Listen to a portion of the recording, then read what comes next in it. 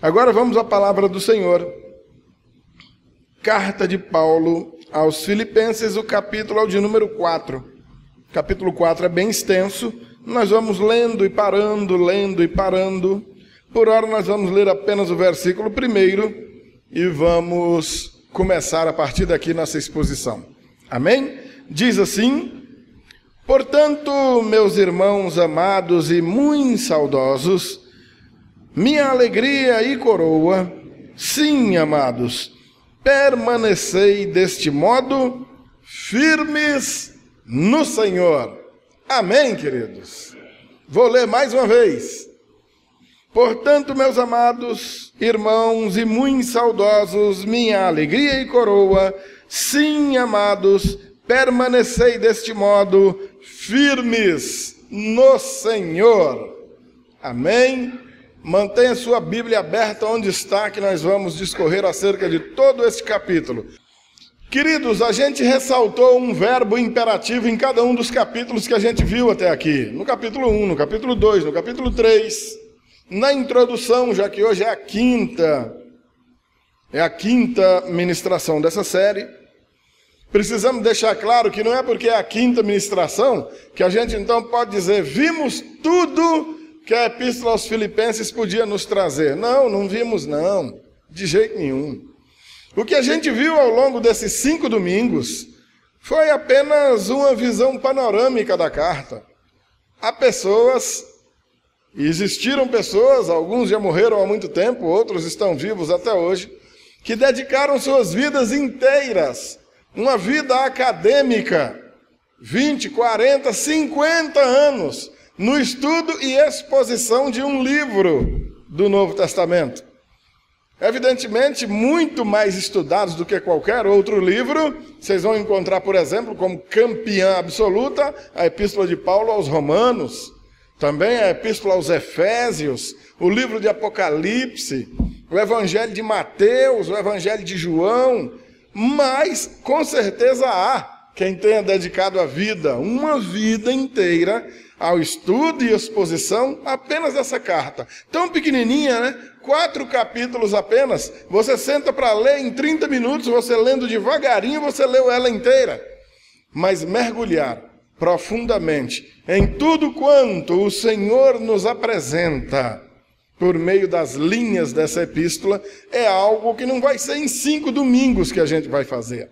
Agora, evidentemente, nós temos a esperança e vivemos alimentados por essa esperança de que esse pouquinho que você aprende aqui seja o suficiente para despertar no mínimo a curiosidade, uma sede no teu coração de conhecer mais, de buscar mais e mais acerca dessa palavra maravilhosa. Em um mundo, conforme eu orei aqui agora, mergulhado em densas trevas, atolado num caos de corrupção, imoralidade, violência, onde tudo que nos resta, e glória a Deus, porque esse tudo realmente é tudo, é nos apegar ao Senhor e às palavras do seu Evangelho. Amém, amados? Vivemos em tempos de a mais absurda desesperança. Completamente desesperançosos, cumprindo livro após livro e fazendo parte do cumprimento de toda essa profecia, sendo nós mesmos, eu, você, as pessoas que já passaram por essa terra, algumas que ainda estão nascendo, ainda vão nascer, sendo todos nós as personagens principais dessa história que vai se desenrolando por meio do cumprimento de toda essa história bíblica. Você já reparou que você não é pouco importante? Você já reparou que você não é insignificante? Você já reparou, você já cogitou pelo menos o tamanho da tua importância no reino de Deus? O tamanho da tua importância para Deus? Amém, amados? Já parou para pensar nisso? Mas, meu Deus, num mundo de caos, de trevas terríveis como está esse, eu ainda sou alguém importante aqui? Sim, é. Glória a Deus por isso. Amém, queridos? E a única esperança que ainda nos resta nós vemos a ONU, as forças de paz da OTAN, da ONU, dos Estados Unidos, da Rússia, o Greenpeace, aqui o IBAMA, Sociedade Protetora dos Animais, um monte de instituições, de coisas e pessoas lutando para salvar o planeta, para salvar o mundo. Todo mundo já viu uma propaganda, uma campanha dessa, não já? Vamos deixar um mundo melhor para os nossos filhos, vamos consertar esse mundo, o ser humano está acabando com o mundo, vamos salvar o planeta. Conversa para boi dormir, amigos. Lenga-lenga pura. Ninguém vai salvar esse planeta. Se Deus não vai salvar esse planeta, quem sou eu, você ou qualquer instituição humana que vai salvar esse planeta? A palavra está dizendo que tudo isso que os nossos olhos podem ver, e coisas que inclusive nós não podemos ver, mas estão aí pelo universo afora, tudo isso está sendo entesourado, guardado para a destruição, para o fogo, para uma destruição inevitável, que não tem como fugir dela, ela vem mesmo, quer você queira, quer você não queira, quer você aceite, não aceite, goste, não goste, isso aqui vai tudo para o fogo. Evidentemente, nós agimos com a devida prudência, não saímos desmatando em beira do rio, passando trator em cima de árvore e acabando com tudo, matando tudo quanto é bicho que vê pela frente. Isso aí também é burrice, é a santa ignorância, tocando fogo no mato. É claro que nós não agimos dessa maneira. Temos o mínimo de consciência para com o mínimo de preservação, pelo menos da coisa que você dependa dela para comer amanhã, ou beber uma água depois de amanhã. Não estou falando aqui que nós vamos sair por aí desprezando tudo e acabando com tudo aleatoriamente, não. Mas eu estou deixando claro que nós pregamos um evangelho que prevê a salvação de almas de pessoas. Amém, amados?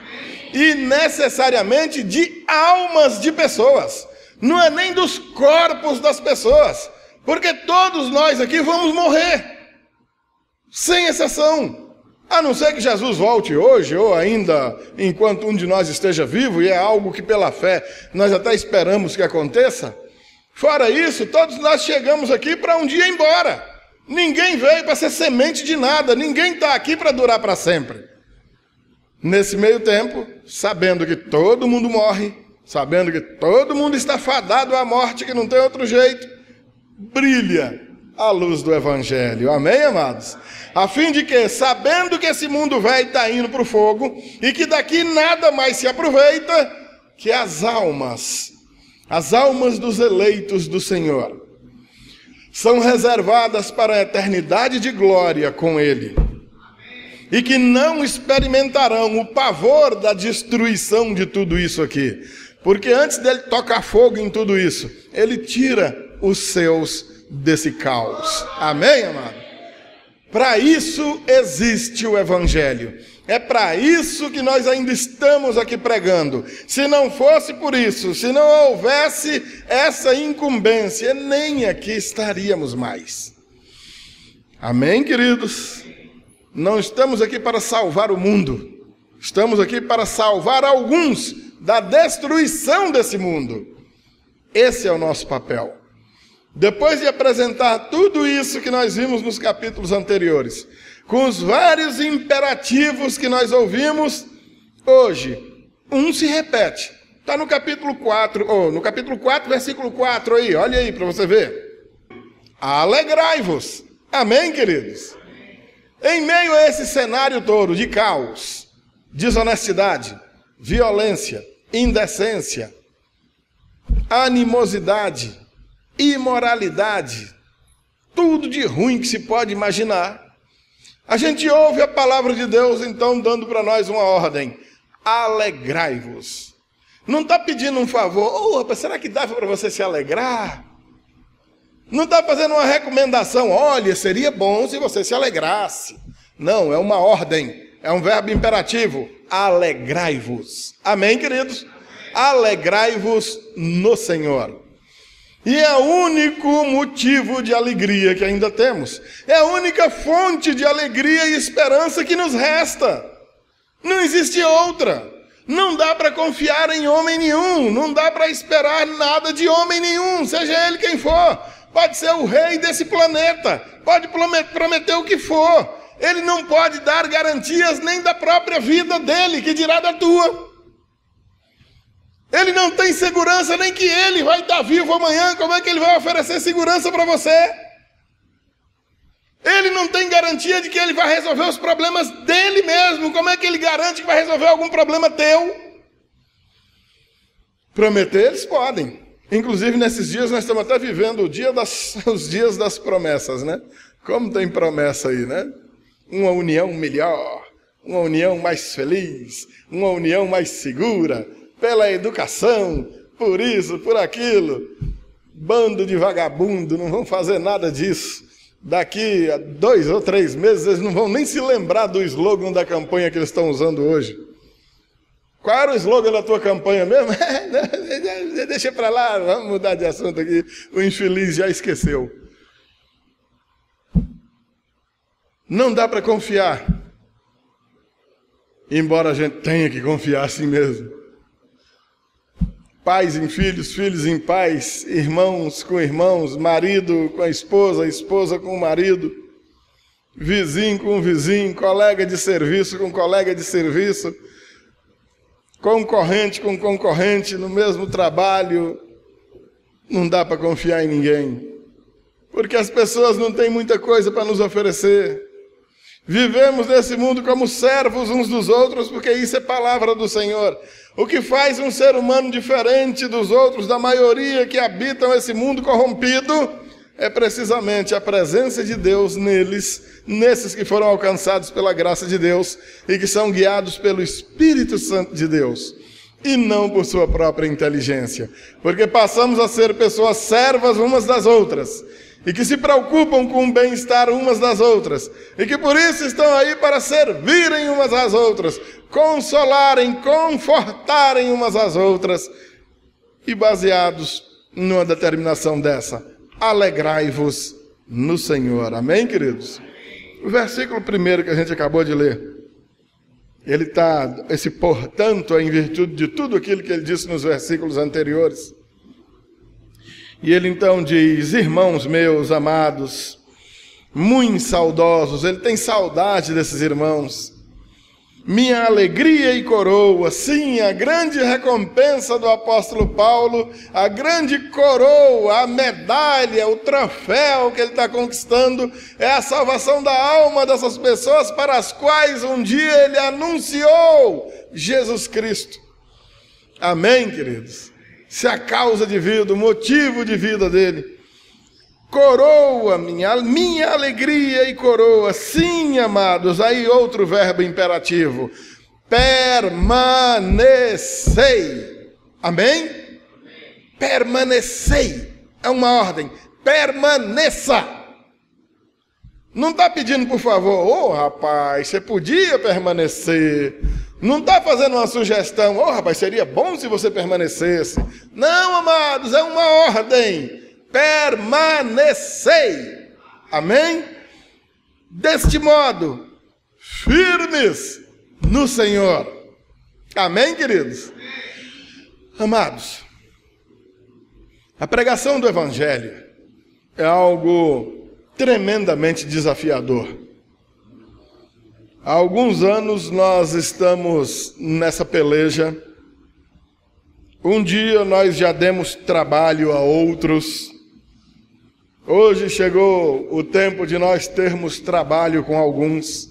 O apóstolo Paulo chega a usar uma expressão interessante em uma de suas cartas, dizendo que ele mesmo teve dores de parto para ver Cristo sendo gerado em algumas pessoas para as quais ele anunciava o Evangelho, porque realmente não é fácil. Falar do amor de Deus e esperar que as pessoas escutem: olha, Jesus é maravilhoso. E a maioria das pessoas vão dizer: sim, claro, Jesus é maravilhoso. Oh, amém.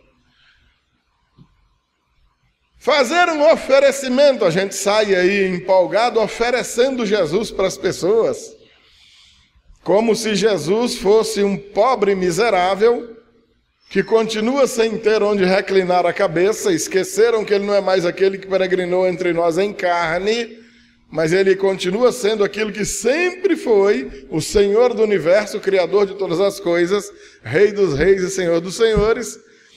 E nós às vezes oferecemos Jesus para as pessoas como, tenha dó de Jesus, tadinho dele, rapaz, recebe Jesus, sem nos dar conta de que nós é que precisamos dele, e não ele de nós. Confundimos a graça do Senhor com miséria do Senhor. Como que, ai de Jesus se eu não o receber. Oh, amados, pelo amor de Deus. Glória a Deus, porque a maioria ouve acerca de Jesus e até o recebem como Senhor.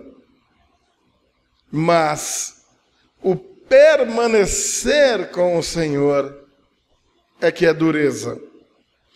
Quanto nós ouvimos acerca do Evangelho, enchemos esse coração do Evangelho, mas na primeira proposta, ou de grande alegria, ou de grande dor, a gente simplesmente larga Jesus.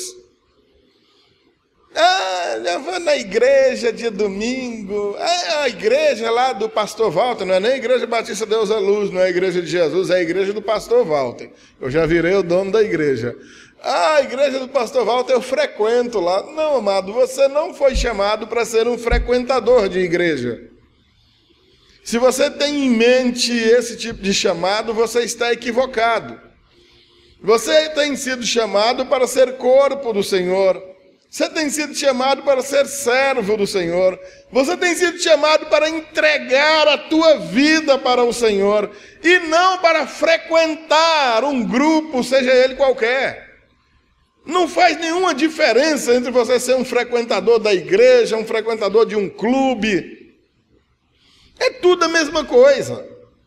Se você não tiver um envolvimento de maneira que você entenda que você é igreja e não um frequentador da igreja, você é apenas mais um religioso nesse mundo, completamente carente de conhecer o Senhor, de estar com o Senhor e de permanecer no Senhor. Amém, amados? Juntar-se a Ele não é o grande problema. O grande problema é permanecer nele. A palavra diz que Ele é o caminho, e a verdade, e a vida. Logo no primeiro comparativo, Ele é caminho. Um caminho serve para ligar dois pontos, liga um lugar a outro lugar. É o caminho que te liga do inferno ao céu. É o caminho que te tira da condição de pecador e te coloca na condição de santo. Te tira da condição de condenado e te coloca na condição de justificado. Caminho só existe com essa utilidade. Tem um caminho aqui, a PI 112, que liga a União a Teresina. Ela não serve para você forrar um colchão no meio da pista e dormir. Eu não gosto de dormir com o meu colchão no meio do mato, vou botar o colchão nesse asfalto aqui, que eu achei tão bonitinho. Você vai ser atropelado, vai morrer. Um caminho existe para você entrar nele e andar. Você precisa caminhar nele. Você não pode entrar no caminho e parar, que você atrapalha os outros a andar. Vem outro e te atropela, vem outro e te joga para fora do caminho. Entra no caminho e anda. Saia da onde está e ande na direção do lugar para onde Ele quer te levar. Isso é permanecer no Senhor. Amém, queridos? Os versículos de 2 em diante. 2 e o 3. Mais um detalhe interessante, o nome de duas pessoas que nós vamos ver aí agora, que não tem muita importância, a gente vai ver o nome delas aí, não vai ver nunca mais na Bíblia, mas o apóstolo está rogando, rogo a Evódia e rogo a Sintique. Se alguém vai ter uma filha mulher e não sabia que nome colocar, está aí dois nomes, né? Evódia ou Sintique. Se quiser colocar esse nome nas suas filhinhas, fica à vontade. A gente vai ver o nome dessas mulheres aqui, não vamos ver mais.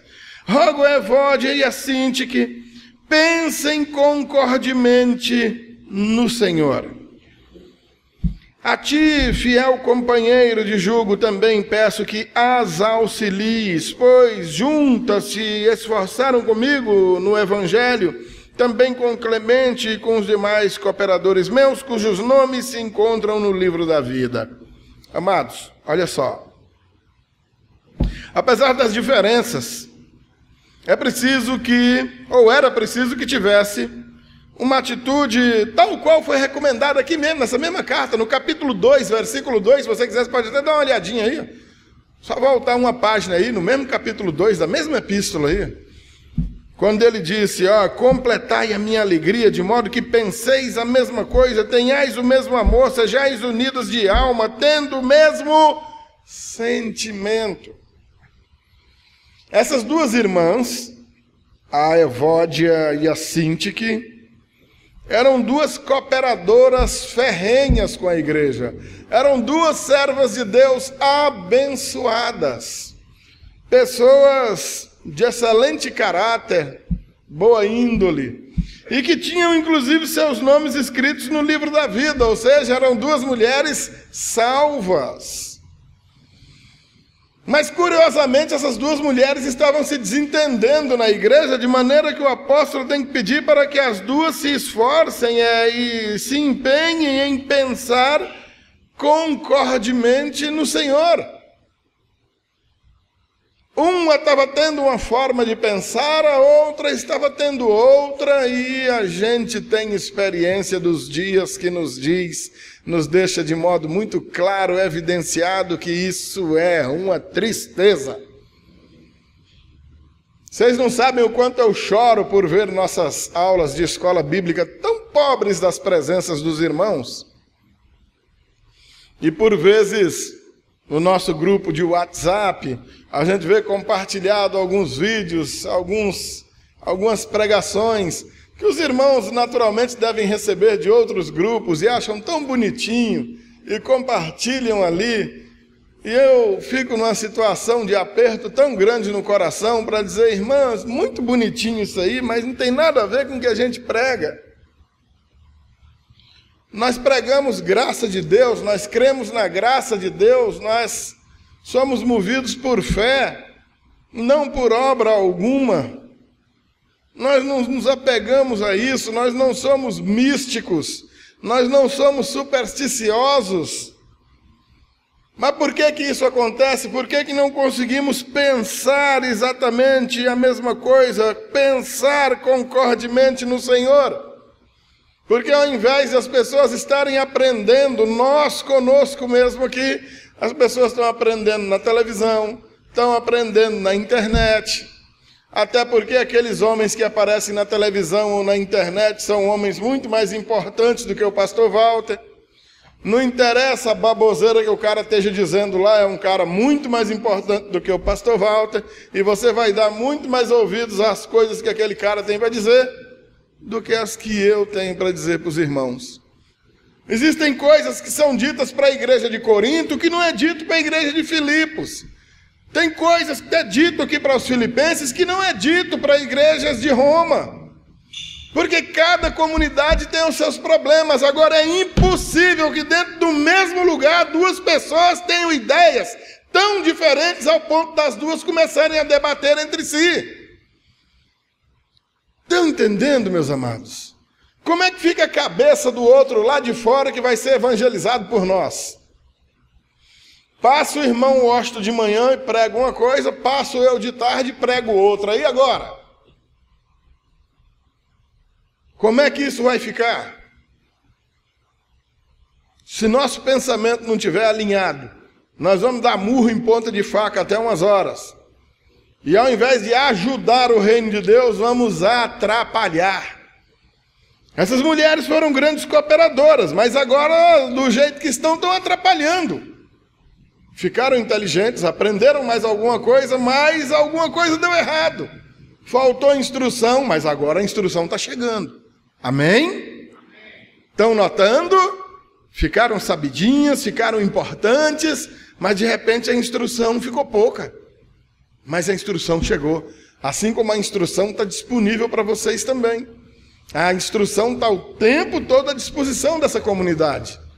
Por isso é inadmissível que você saia por aí pregando algo diferente do que nós pregamos aqui. Porque nós temos feito um empenho sobre-humano para apurar a nossa linguagem, para apurar a nossa pregação e pregar aquilo que o Senhor Jesus manda e não aquilo que nós queremos ou gostamos. Amém, queridos? Seguindo, no versículo de número 4 a gente já comentou, o versículo de número 5. Seja a vossa moderação conhecida de todos os homens, perto está o Senhor. Moderação. Seres moderados. A nossa relação com o restante das pessoas que habitam esse planeta requer de nós essa moderação. Nós não podemos ser coniventes com a prática de qualquer coisa e nem amigos do pecado. De maneira nenhuma. Todavia, nós não podemos e nem devemos ser aqueles que andam com os dedos feito uma metralhadora o tempo inteiro, preparado para apontar para o resto do mundo, disparando aleatoriamente e rejeitando o resto do mundo inteiro, ou condenando-os e acusando-os perpetuamente e considerando-os o resto do lixo da humanidade.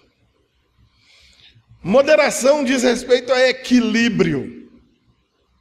Nem tudo para a direita, nem tudo para a esquerda. Equilíbrio. Tempero. Somos chamados para ser o sal do mundo. O sal da terra. Luz do mundo e sal da terra. Amém, amados? Disso nós temos convicção. Que coisa horrível é comer uma comida sem sal, né? Mas que coisa horrível é comer uma comida salgada, né? É ou não é? Moderação. E essa moderação precisa ser conhecida de todos. Precisamos ser conhecidos como seres moderados. A igreja pecou, tem pecado muito nisso. Primeiro, nós estamos num mundo onde o povo anda seminu. É ou não é? Os cabas andam com a calça lá embaixo, aparecendo uma beira aqui dos glúteos. As meninas, a blusa vai subindo, a calça vai descendo. Daqui um pouco, não sei mais nem o que é que tampa. Só o ombro e um pedaço do joelho. O quê? Mas esse é o padrão do mundo andar. E aí quando se parte para a igreja, em pleno calorão do Piauí, lá vem o camarada. Abotoado aqui, não pode mais pôr uma bermuda. Eu já fui chamado de falso profeta aqui na cidade, porque eu ando de bermuda na rua. Vocês estão entendendo onde é que entra a moderação? Nós não vamos andar parecendo um Judas de sábado de aleluia, só com o zóio de fora, evidentemente, mas também não vamos andar com a calça arriada, com a metade da polpa aparecendo. Nisso está a moderação. Vocês não vão nos ver, por exemplo, sentados no boteco, um monte de gente bebendo cachaça e nós lá no meio dando pulo de alegria. Todavia, tem um futebol com os companheiros, uma confraternização, os cabas bebem a cerveja dele, tá pastor Acácio no nosso cantinho. Quando os caras começam a ficar muito alegres e beijar muito a gente sobe na moto e vai embora. Mas também não vamos dizer, a gente não anda no meio desses imundos porque eles são cachaceiros e nós não somos. Não é assim. Moderação. Moderação. Em tudo, essa moderação precisa ficar conhecida. Vocês estão vendo aí? Moderação conhecida de todos os homens. Precisamos ser conhecidos como pessoas moderadas. Nem andamos enfaixados parecendo uma múmia e nem andamos nus na rua também. Temos moderação. Temos moderação no falar. Temos moderação no lugar de frequentar. Moderação nas amizades. Em tudo temos que ser moderados. Versículo de número 6 e 7. Não andeis ansiosos de coisa alguma. Em tudo, porém, sejam conhecidas diante de Deus as vossas petições, pela oração e pela súplica, com ações de graças. E a paz de Deus, que excede todo o entendimento, guardará o vosso coração e a vossa mente em Cristo Jesus. Obrigado, pastor Cássio. Amém, queridos? Amém. Amados, olha, não andeis ansiosos de coisa alguma. Irmãos, ansiedade. Hoje já é uma doença associada a grandes causas da famosa depressão. De modo que os psiquiatras receitam, às vezes, para os pacientes, medicamentos chamados de anti-ansiolíticos. Ou seja, medicações que vão tirar a ansiedade. Vão acalmar o camarada.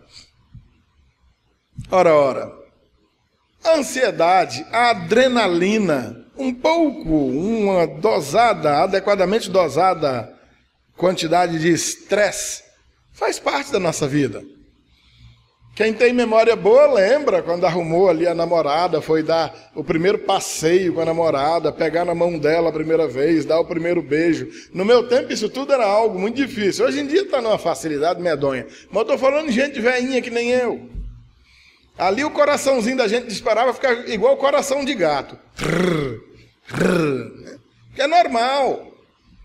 Quando a gente foi tirar a primeira carteira de motorista, a gente pisava na embreagem, a embreagem ficava dando coice no pé da gente. Nervoso, a perninha tremendo, né? Tremendo ali no volante, o olho chega e embaçava. O que é isso? Ansiedade. Existem momentos na vida onde isso é normal. É compreensível. Você que assiste televisão, aquele jogador de futebol que vai bater um pênalti daquele lá na Copa do Mundo, na Olimpíada, meus amados, aquela bola pesa poucas gramas, na hora de chutar aquilo pesa 50 quilos. Você olha para o goleiro tem 5 metros de altura, da altura desse telhado, mas de todo jeito esse infeliz vai pegar essa bola. O cara fica ansioso. Ansiedade faz parte da vida. O que a palavra está dizendo? Você não deve andar ansioso de coisa alguma ao ponto de se desesperar, ao ponto de perder a esperança, a ponto de permitir que essa ansiedade te abata, te derrube e já não te deixe mais pensar, falar e nem agir, e muito menos escutar. Às vezes o grau de ansiedade da pessoa é tamanho que você está tentando aconselhar a pessoa, ela não consegue parar para te ouvir. É preciso, às vezes, eu tenho que pegar, peraí, para, cala a boca, sossega, escuta. A pessoa ainda dá uma fungadinha. Calma, vai dar tudo certo. Está todo mundo vivo, não morreu ninguém, calma lá. Vamos ver o que a gente faz. Essa ansiedade atrapalha pensar, elimina, abate completamente a fé e faz de nós pessoas derrotadas antes mesmo de entrar na briga. Não andeis ansiosos de coisa alguma. Olha só, em tudo,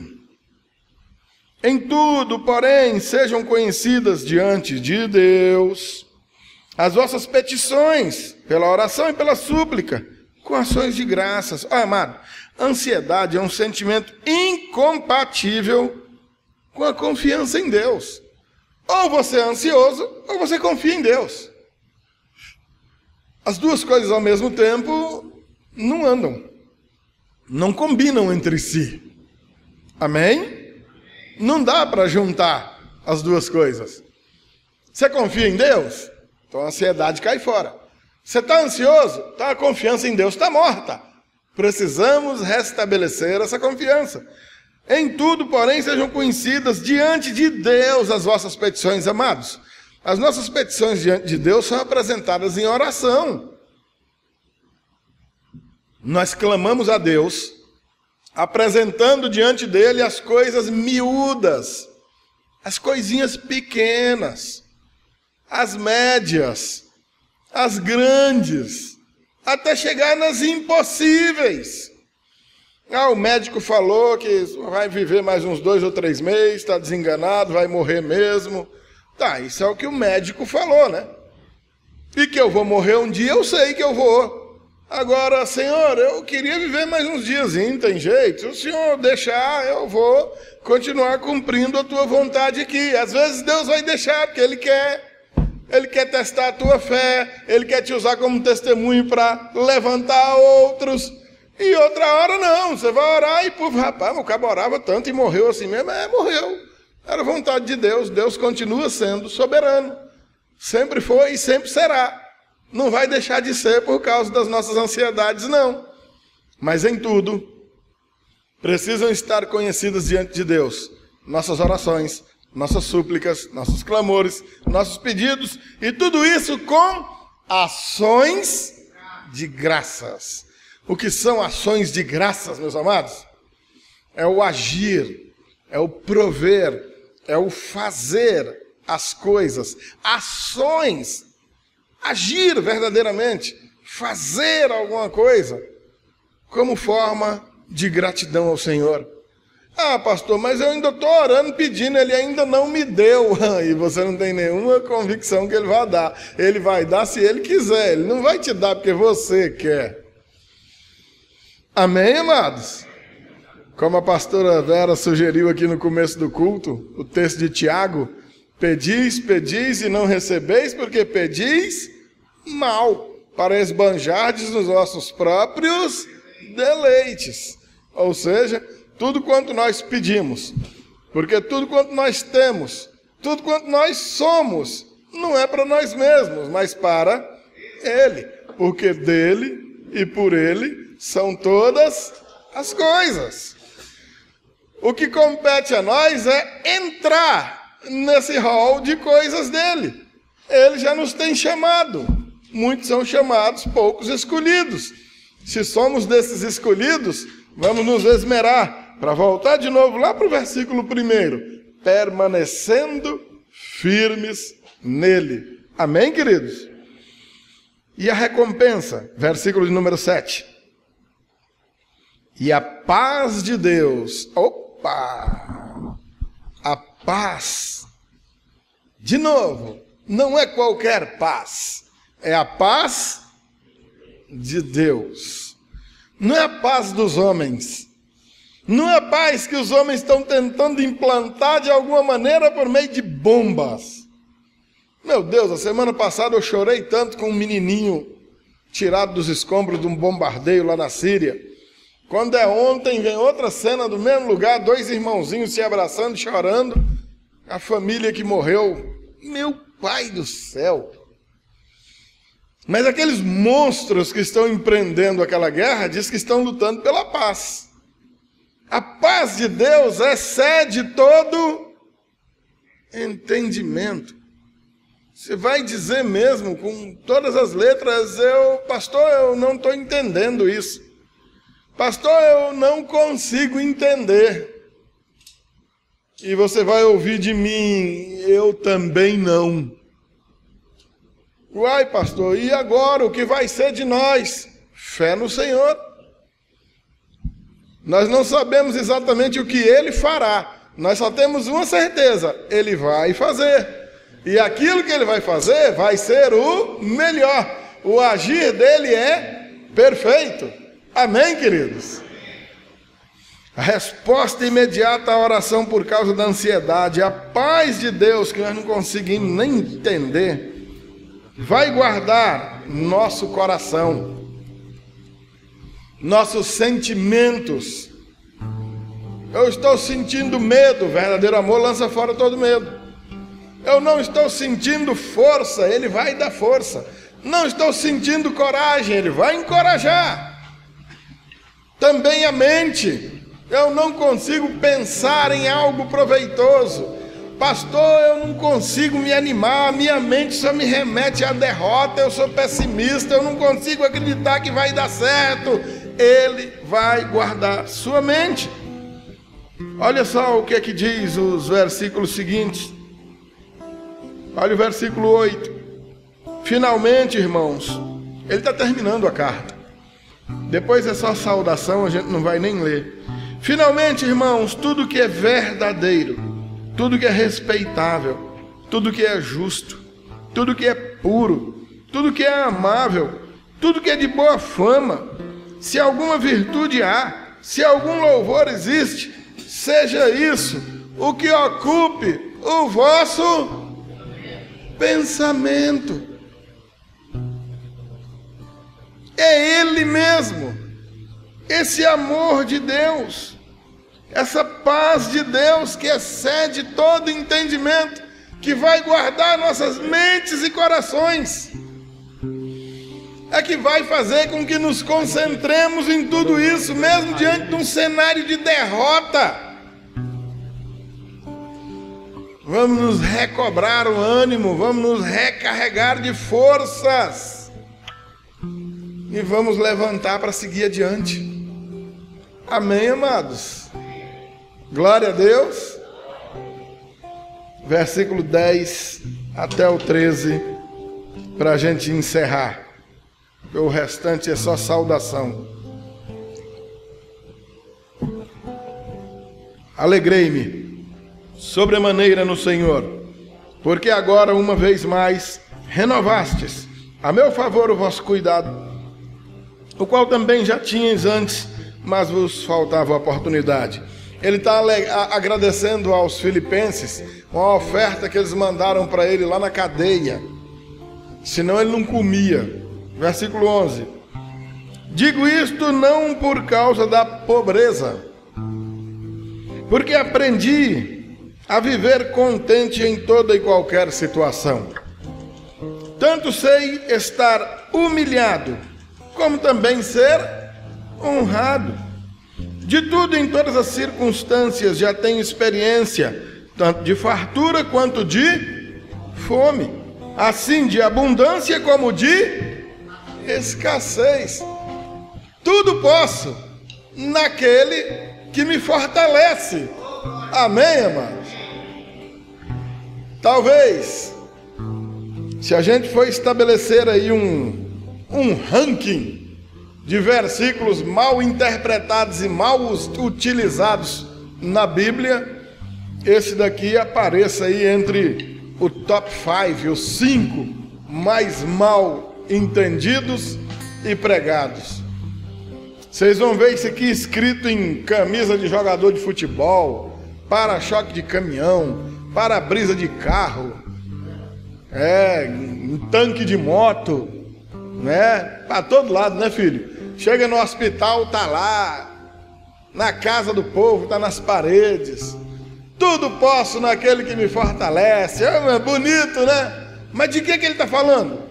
Tudo posso o quê? Eu posso ser humilhado, posso ser honrado, posso ter em abundância, posso ter em escassez, posso ter para comer com sobra, posso estar passando fome. Tudo posso naquele que me fortalece em qualquer circunstância. O que tem de gente que diz que tudo pode porque Deus vai dar alguma coisa e não se atém à máxima de que, sendo então um instrumento nas mãos de Deus, se Ele quiser glorificar o seu próprio nome, Ele vai te tirar alguma coisa, não está no gibi, mas você não sabe disso. Você, como diz um velho ditado que meu pai conta, ainda está vivendo aquele famoso farinha pouca, meu pirão primeiro, né? Deixa eu cuidar do meu aqui, o resto que se vire. No Evangelho as coisas não funcionam assim. Verdadeiramente, aquele que vive pela fé no Senhor, tudo pode naquele que o fortalece. Inclusive, passar pela tribulação que está te abatendo hoje. Inclusive, ser humilhado ao ponto de você mesmo se humilhar e dizer: olha, pastor, eu andava daquela maneira porque eu achava que eu era o rei da cocada, mas eu descobri que eu sou um simples ser humano igualzinho os outros desse mundo, nem melhor e nem pior. Eu me achava o dono do pedaço, e eu estou aqui me humilhando e entendendo que eu sou totalmente carente e dependente de Deus, e que eu, na verdade, sou um Zé Ninguém. Estão entendendo, amados? O último versículo, aliás, o versículo 19 ainda. Versículo 19, ele vai dizer, ainda agradecendo a oferta de generosidade daqueles irmãos: o meu Deus, segundo a sua riqueza em glória, há de suprir em Cristo Jesus cada uma das vossas necessidades. Isso não tem uma relação direta com dinheiro, não, viu? Algumas pessoas estão necessitadas de dinheiro, mas a maioria das pessoas que sofrem nessa terra não é de dinheiro que estão precisando, não. Algumas são tão miseráveis, mas tão miseráveis que tudo que elas têm é dinheiro. Mas são miseráveis. São totalmente carentes e dependentes do Senhor e do seu amor, mas nem se deram contas disso ainda. E o versículo 23, a graça do Senhor Jesus Cristo seja com o vosso espírito. Amém.